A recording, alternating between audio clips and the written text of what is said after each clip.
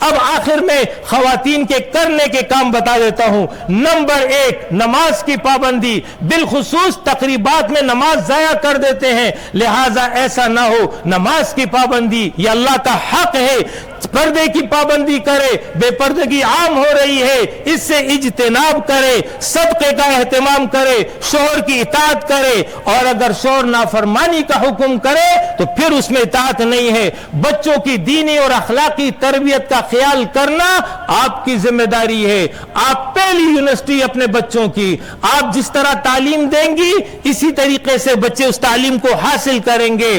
غیبت، چغلی اور اسی طریقے سے بدگمانی سے بچیں۔ اپنے گھر کو دینی ماحول فراہم کرنا آپ کی ذمہ داری ہے۔ آپ خود بھی دین سیکھیں، اور اسی طریقے سے آپ سے میری گزارش ہے کہ یہ مسئلہ عورتوں میں بہت زیادہ ہے، جادو ٹونے وغیرہ کرنا، ان چیزوں سے پرہیز کریں، ایمان ختم ہو جائے گا۔ اور خدا نخواستہ اگر کسی کے ساتھ ایسا مسئلہ درپیش ہے تو خدا کے لیے کسی عامل کے پاس نہ جائے، کسی ادھر ادھر جانے کی ضرورت نہیں ہے۔ سورہ فاتحہ ہے، آیت الکرسی ہے، سورہ فلق ہے، سورہ ناس ہے، سورہ مزمل ہے، اسی طریقے سے الرقیہ شرعیہ کے نام سے نیٹ پر عرب علماء کی دعائیں موجود ہیں، ان کا اہتمام کریں۔